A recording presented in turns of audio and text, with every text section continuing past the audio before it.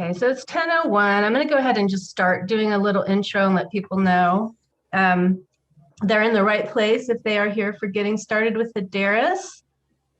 We've got Nellie McKesson, who's our fearless leader, and she's going to walk us through this awesome app. Just a little bit about the, I guess, housekeeping. If you have any questions, we are so psyched to hear them, and Nellie is here for that. Please just put those in the chat room or the Q&A, and I'll be moderating that and let Nellie know when they are there. We'll probably cover most of them when she's done with her demo and the walkthrough. And so please, as your questions come up, just keep adding those to the Q&A or the chat room, and we'll make sure that those get covered. We'll also be recording this, and it'll probably be made available to everybody afterwards. So don't sweat it if you miss some details first run through. And I'm going to go ahead and do an intro. We're thrilled to have you here. This is Nellie McKesson, who will be presenting, and she is CEO of Hederis. She is very, very well-versed in all aspects of publishing with over a dozen years of experience. She spent the first years of her career doing hands-on book production and layout, and then moved into technical and managerial roles. As the market for ebooks has begun to rise, she's taught herself web development, and she was one of the earliest evangelists for using web technologies in book production. And you've probably seen her speak at least one conference about building automated book production tools. So I'm going to let Nellie take it from here. Welcome, Nellie. Yeah, thanks, Kat. So thank you everyone again for coming to our webinar. I wanted to do a little bit of an intro first, just to talk about why we started Hederis, or Hederis, however you want to say it, and some of the motivations we had in building this new app. I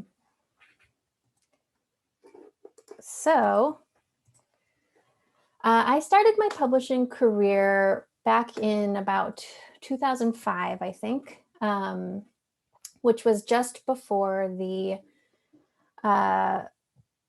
growth of ebooks in the publishing ecosystem. Ebooks really exploded. I think it was around 2008. And one of the things I've seen sort of starting around then and throughout my whole career has been how publishing has just gotten bigger and bigger. And by that, I mean that there's more formats to publish. You have to publish your Kindle format and your EPUB format and audiobooks now. So it's not just print anymore. And there are also more giants in the publishing space and some near monopolies forming. So you've got Amazon, of course, and then you have all of these big five. It used to be big six. It might be becoming big four now, with these massive mergers and these huge players who really dominate the industry. And then, of course, you have more people publishing books generally, all of these self-publishers who are putting their books directly on Amazon through CreateSpace or other services like that. And one of the things that I've seen with all of the publishers that I've worked with, and in fact, I've been responsible for some of this, is that the big publishers are all investing in their workflows pretty heavily. So these big publishers, they have a lot of people to manage, a lot of books in their backlist, and a lot of books in their front list as well. So they're trying to publish more, they want to publish faster, they want an easy way to maintain their backlist, and they're also trying to keep costs down. And investing in their workflows and building out automated tool chains or just better tools to streamline their workflows is a way for them to accomplish those goals. Of course, these big publishers, they're the ones who have the financial resources to invest in this kind of thing. I was actually part of building one of these kinds of tools at Macmillan Trade just before I started Hederis. And it was a great experience, a really great learning experience for me to see what kinds of tools these big publishers needed. But one of the things I began to wonder is, it's great that the big publishers are the ones who can afford this kind of thing, but what about all the smaller guys who don't have, $1 million in their bank to invest in hiring a bunch of staff to develop this kind of thing? So I wanted to build something that could be used by more than just the big guys and give these opportunities to smaller publishers and self-publishers. A trickle-down effect that I saw when publishers were investing in their workflows was that their staff actually became masters of their craft in a way that they weren't before. So, when you're outsourcing a lot of work, your staff really become more of project managers, juggling different files and moving them around, but not really owning the IP as much as they might. So when publishers are building out these automated tool chains or these workflow initiatives, they're actually moving a lot of that work in-house and giving their staff control over their intellectual property, and the staff are gaining a much deeper understanding of the tools and processes that they're using. That said, those tools that they're using actually tend to be the biggest blocker for a lot of this day-to-day work. And when I say tools, I mean both InDesign or automated workflows and tool chains that publishers have built. Both kinds of tools tend to be a little tricky to use. It was not uncommon for me to see designers who were technically designing in InDesign, but actually were just marking up specs on a printout and sending that over to a compositor in India or somewhere else to actually do the layout and build the design template, just because InDesign had become so hard to use. It would crash all the time. You get all these like missing font warnings or missing image warnings. And then on the other hand, with the automated tool chains, of course, that was a huge learning curve for people who were used to more hands-on design tools. So it kind of created these bottlenecks where people were trying to use these tools that they didn't totally understand. So our mission with Hederis is to bring both the automation that the Big Five are investing in together with control over quality and really quality layout tools like InDesign. And one of our biggest priorities was to have some training and support built into the app, because like I said, one of the biggest things I saw when building these kinds of tools for publishers was that it was a big learning curve for staff, and they needed some guidance in how to get on board with using this kind of thing, when you're transitioning from being more of a shuffling files around to actually doing hands-on work. It's just nice to have someone to be there next to you to help you gain some confidence in doing that work. It's not actually that hard, I don't think, but it can be scary to make that jump.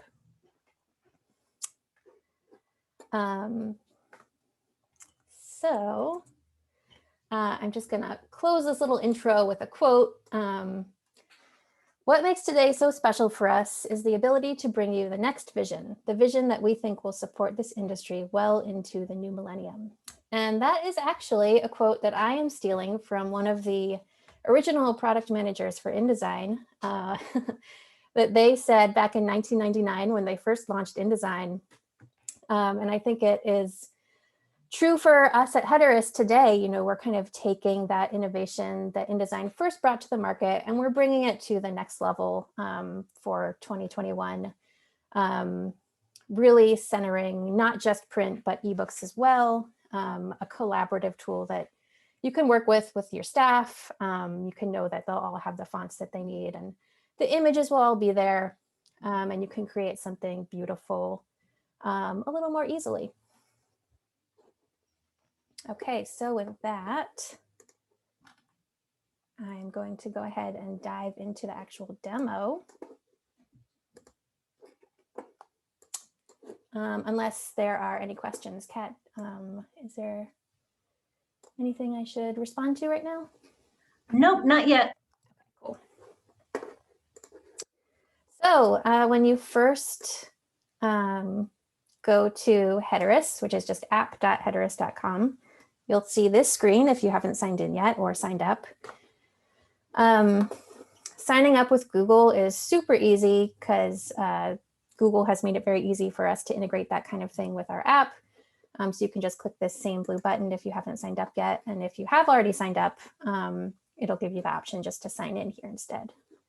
And I am going to sign in with this Gmail address. Okay, and the first thing you see is your list of projects.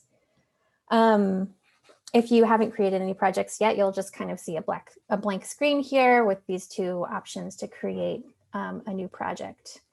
We have two different modes in Hederis. So there's typeset mode, and then there's what we call galley or digital mode. Typeset mode is really for doing full end-to-end book production.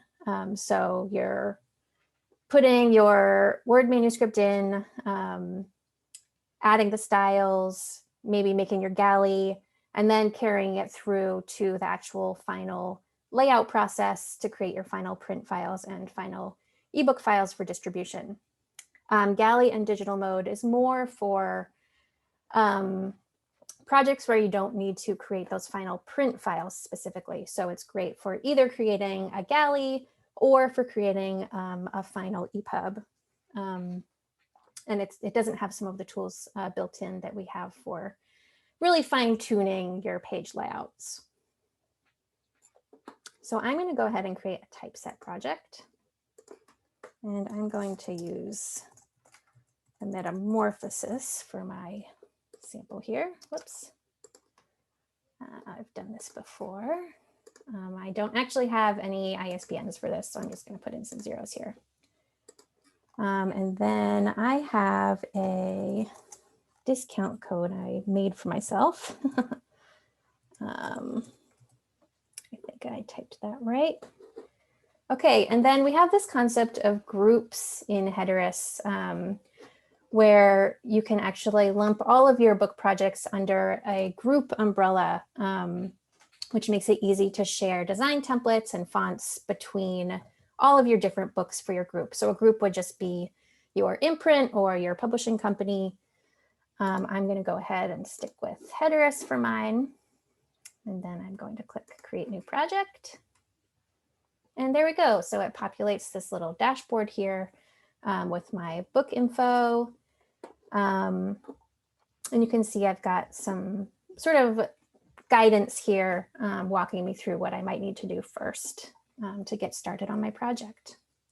There's a lot of different screens and panes and things. We'll get into those one by one here as we go through the demo. So to start, I am just going to upload a Microsoft Word file. Let me find my Finder window here. Okay, so I'm going to open this initial file for you so you can see that it's just a regular old Word file.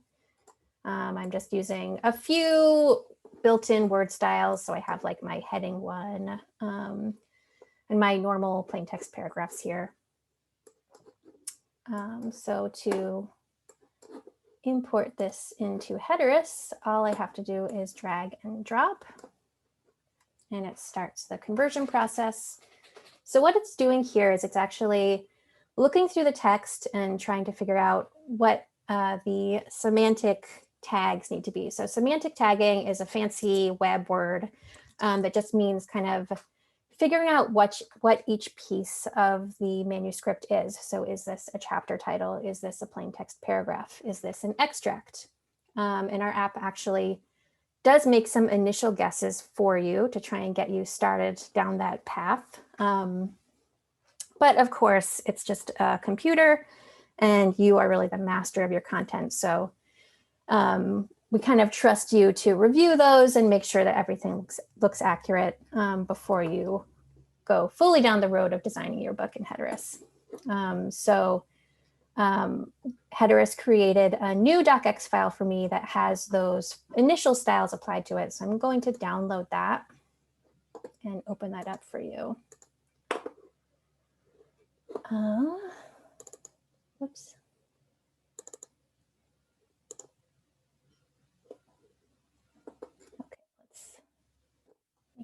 one. Yes. There we go. Okay, so this is what the new Hederis version of that manuscript looks like. You can see that it changed some of the formatting a little bit. So what happened is it inserted these section tags, which mark the start of each chapter. And it converted those headings to the Hederis version of that tag. This is a pretty simple manuscript. There aren't a lot of extracts or anything, so there's not much to see here, but it did a pretty good job, it looks like. It did tag this this byline here as a subtitle. And I think there's a few other things I'd want to change. We have some different section types. So instead of chapter, you could have title page or half title page. You can actually change those right here in Word if you want to. Hederis actually attaches our full style set to the Word manuscript for you so that you can work in Word if that's where you're more comfortable. And it's just a matter of finding the tag and clicking it. We have a lot of documentation about how to work with this and how to understand styles and what the different style names are. So you are more than welcome to go and check that out as you're going through this process. But I actually kind of went through and pre-tagged my manuscript so that you don't have to watch me do the whole thing. So I'm just going to upload the tagged version here. And that has all those changes I just mentioned of, tagging some of those sections as like title page or copyright page. And I added a few little demo things that I want to show you as part of this webinar. This is a very short book, so the conversion process is really fast. Longer books take slightly longer, but I think it's generally only a couple of minutes. Okay, so to start, you could either go ahead and upload your cover and any images that you want to use. I'm actually going to go ahead and do that now. I'll upload my cover image. This is a beautiful illustration by the very talented illustrator and cartoonist Eileen Chavez. We actually commissioned her to do a bunch of interior illustrations for this book as well. And if you can see my video here, I'm actually holding up a print copy of the book that we printed out when we were first testing the app to make sure that it would actually work with printers and that the text would look good and the fonts would all look right. And it actually turned out really beautifully, and you'll have an opportunity to get a free copy of that print book. We'll have a little survey at the end of the webinar, and you can input your mailing address and we'll just send you a copy for free. Okay, so I'm also going to upload a few images that I know I'm going to use in my book. So it's the same process of just dragging and dropping here. Okay, I think that's it. And all of my images went right here in this little browser here. You can also click the button to bring up your Explorer Finder window and choose an image that way instead of dragging and dropping. So step 2 here tells me which version of the manuscript I have uploaded. You can upload as many versions as you want, as many times as you want. So I'm going to go ahead and actually jump to step 4, which is starting the design process. So we work with this concept of design templates. A book can have as many templates as you want. So you could have a template for your print book versus your ebook, or you could have, for example, a hardcover template and a paperback template. And we also let you import templates from other projects or from our public templates. So right now we just have one public template that we put together, which is just a nice classic design. So I'm going to go ahead and clone from that. I'll just call it classic. And Hederis makes a copy of it, pulls it into my project, and sets it as the template that I'm going to start designing. You can also see, you can clone a template from another project. So I'll see all of my projects here and all of the templates that they have. I'm going to stick with my classic template for now. Or you can just clone from defaults, and that just means basically a raw, undesigned starting point if you just want to start from scratch and build something beautiful. So I'm going to jump in here, click this Edit and Design button. There are a lot of ways to jump into the design process. You can also click the Design tab here at the top, or I'm going to go back to the dashboard here. Or you can choose to jump straight to a section here from this little navigator, and that'll take you to the design preview. So this is our title page.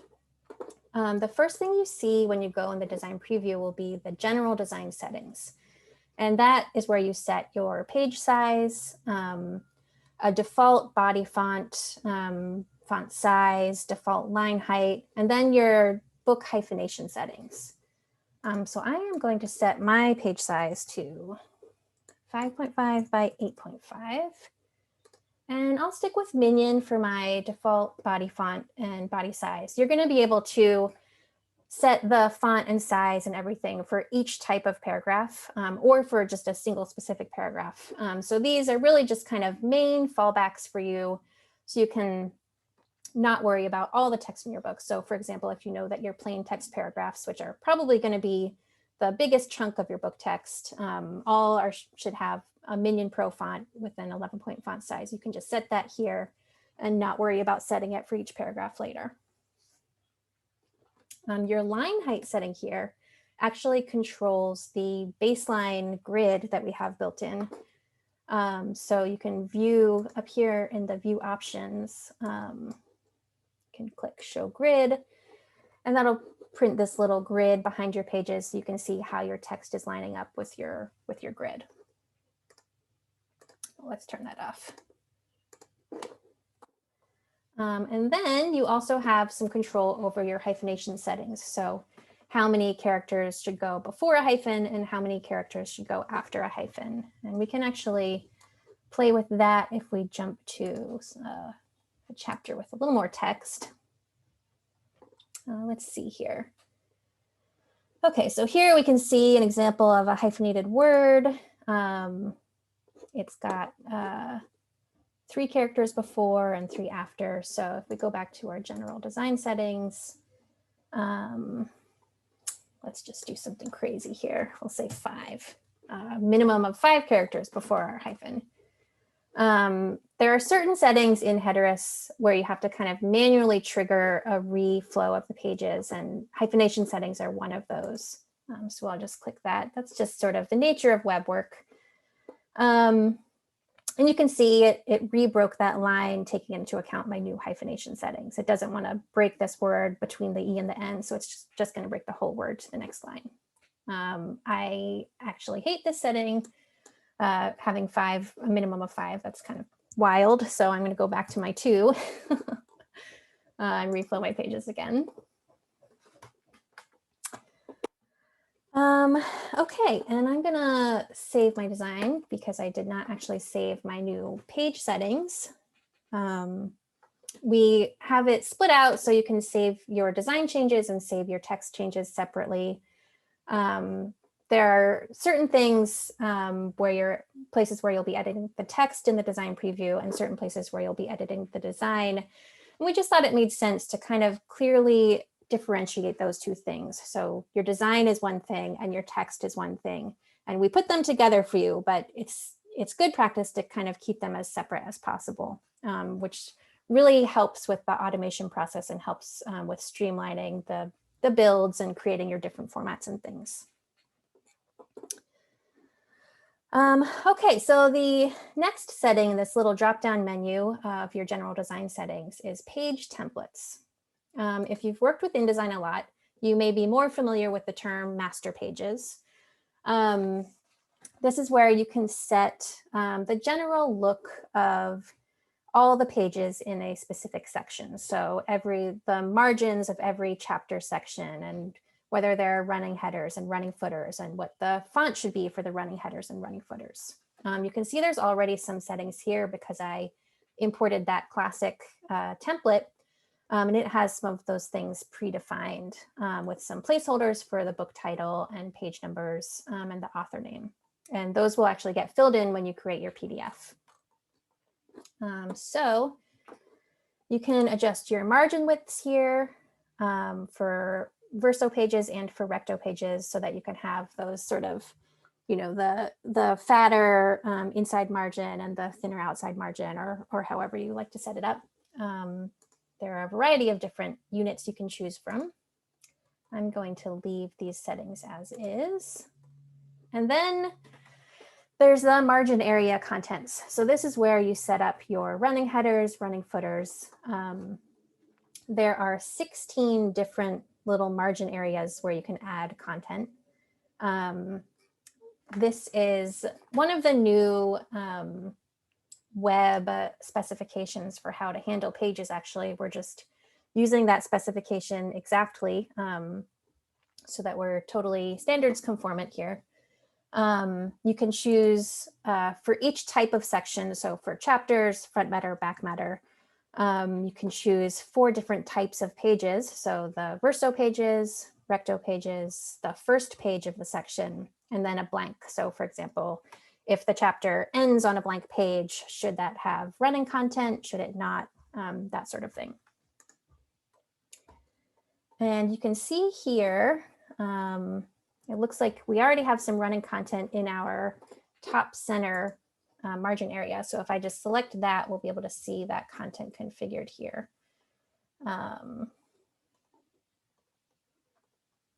Whoops. Okay. We'll go ahead and reset that actually. So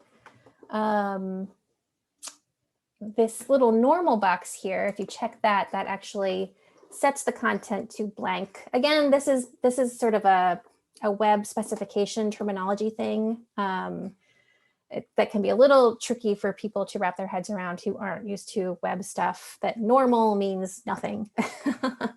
That just means that the default for these kinds of margin area contents is not to have any content at all. So you're saying use the default here, which is to have nothing. And then I'm going to instead add some text to the, let's see, this is the recto page. So I want my text to be on the outside margin. So I'm going to put it in the top right here. You can change the font that you're using, the font size. I'm actually going to go down a little bit to 9 points here for my running header. Font weight, italic, I'm going to leave everything as is here.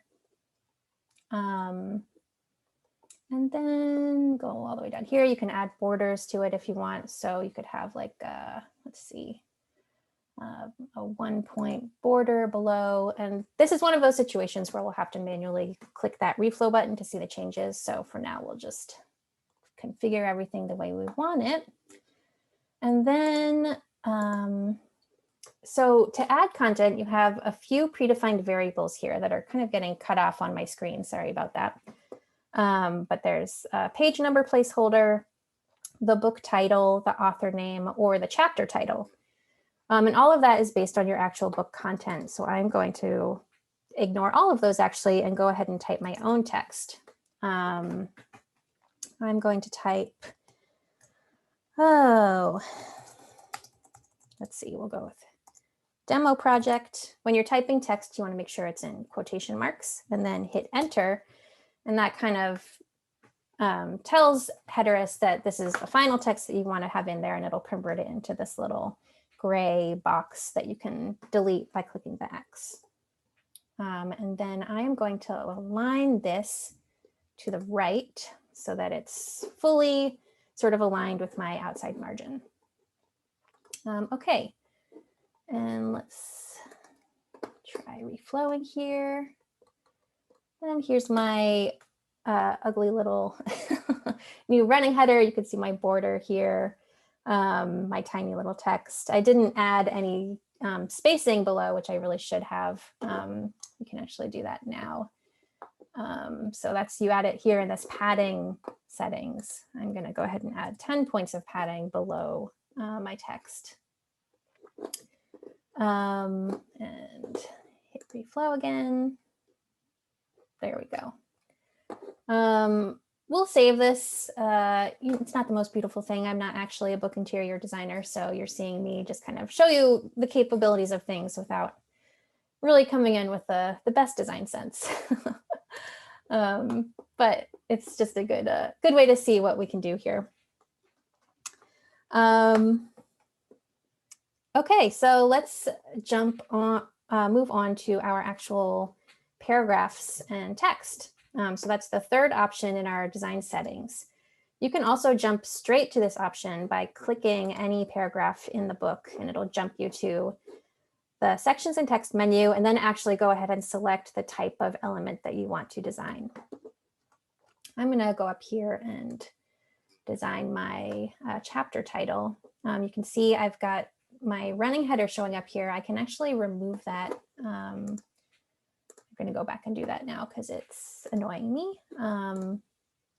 Here I choose the first page, choose the correct margin area here, my top right margin, and then just go ahead and click that normal box, and that will override the text that's showing up here.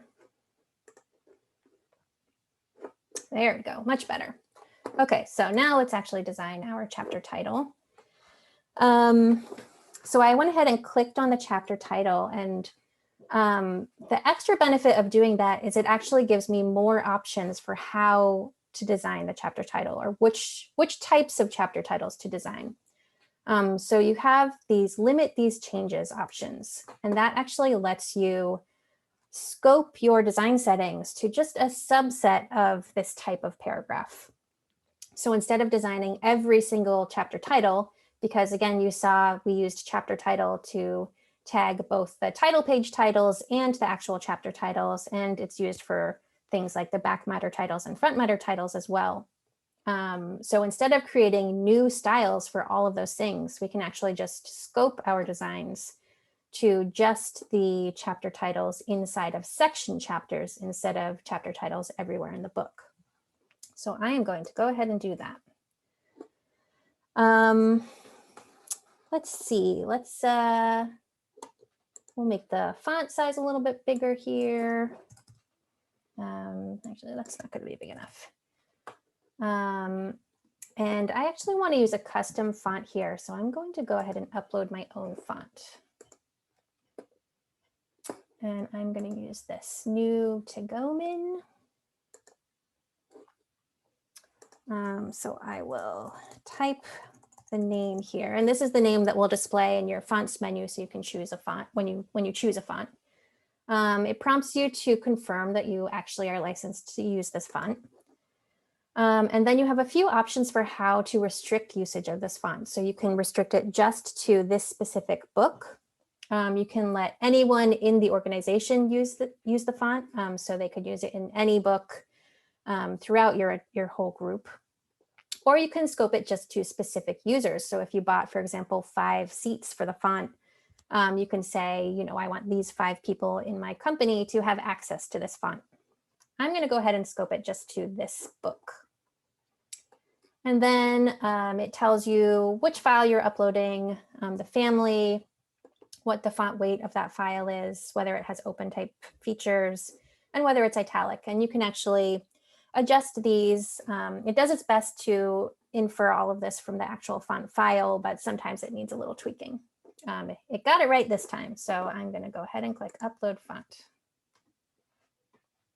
Okay, and then you can see it shows up here in my fonts menu. All of my custom fonts will show up at the top, and then the system fonts will show up below that. Let's see, what else should we add here? I think that's pretty good for our chapter title. We'll go ahead and reflow so we can see our changes here. And there it is. It's not very dramatic. This is such a short chapter title that it's hard to really see what the change it made, but you can see that this is more of like a handwriting font here rather than the minion body font we have here. So I'm going to save my design.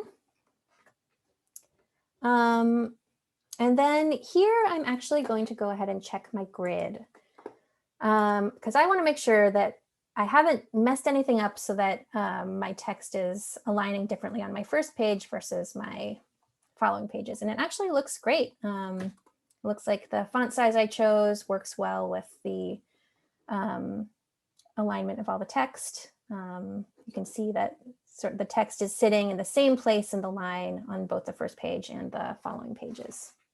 So that's awesome. Another thing I'm going to do is actually, I noticed that there's a little typo here in this paragraph. He found himself. It should say he found himself. So I'm just going to fix that real quick here. I clicked the Enter Edit Mode button that was up here, and that puts me in text editing mode. And then I can just click in here, type my U, leave edit mode. And since I just made a change to the text, I'm going to go ahead and click Save Text. Let's see, let's also add, so we have a line space here. So I want to add an image to my line spaces to make them nice and graphic. So I will go ahead and do that here. You can see I clicked on this blank area, which is where I knew the line space was, and it chose line space as my type of element. And I'm going to do this for all line spaces. So instead of limiting this, this is going to apply to every line space in the entire book. I will choose background, choose a background image here. This is one of the images that I uploaded. You can see it's trying to make it real big, but I can control that. So I'm going to say, we'll have it be 22 points, and we will align it center and center. So this is centered both vertically and horizontally. You can see there's not quite enough space in this line for my image. So I am going to go ahead and add a little more space by using padding here. There are a few different ways you could do this. You could actually hard code the height of this paragraph so that it's 22 points to fit. I'm going to use padding because I just want to show you a different way of doing things. So you can see my text just turned pink. And that means I made a change that caused the text to overflow. So instead of auto flowing the page, we warn you when overflow is happening so that you can have a chance to prevent that. So for example, if you're working on final pages and you need to make a last minute change, you can visually see when your changes are going to affect the flow of the book and adjust accordingly so that you don't have to go through and recheck every single page of the book. I'm not working on final pages, so I don't really care too much about that. So I'm just going to go ahead and click reflow pages, which will fix that overflow warning and reflow the text to the next page. It makes my image look nice. So we've only got about 5 minutes left. I'm going on longer than I should have here. So I'm going to go ahead and save my design. I'm going to click Save Text just for good measure. I'm a compulsive saver from the old Word and InDesign days. And then I'm going to go back to my dashboard and actually export my files so I can see the PDF and the EPUB version. So you have a few options for exporting your files here. For the PDF, you can choose to grayscale your images, export just a one color PDF for print. You can also choose to export it with your grid lines. If you feel like something isn't meshing up right between the PDF and what you see in Hederis, this is a great tool to really get down to like what might be off slightly. Nothing should be off, but you know, it's always possible, and I like to give people tools to help troubleshoot things. And then, of course, you can include your printer trim marks, which I am going to do, and that's the only setting I'm going to choose. You can set your bleed settings here. We have some automatic bleed built in, but if you want to adjust that, you can do that here. You can add a watermark to your PDF. So for example, if you're sending out a galley or a review copy, you can either do an image watermark behind every page or a text watermark that will show up in the running header and footer. I am not going to do that.